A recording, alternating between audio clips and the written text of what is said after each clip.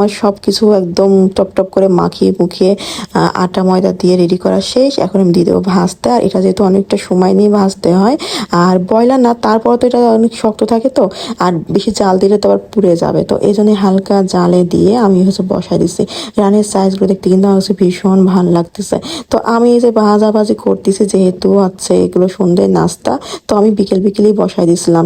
আর বসাই দিচ্ছি, আর ঘর একেবারে ময়ে ময়ে অবস্থা। তো এই যে আমার এক সাইড যেন হয়ে গেল, এটা আমি এখন তুলে ফেলবো।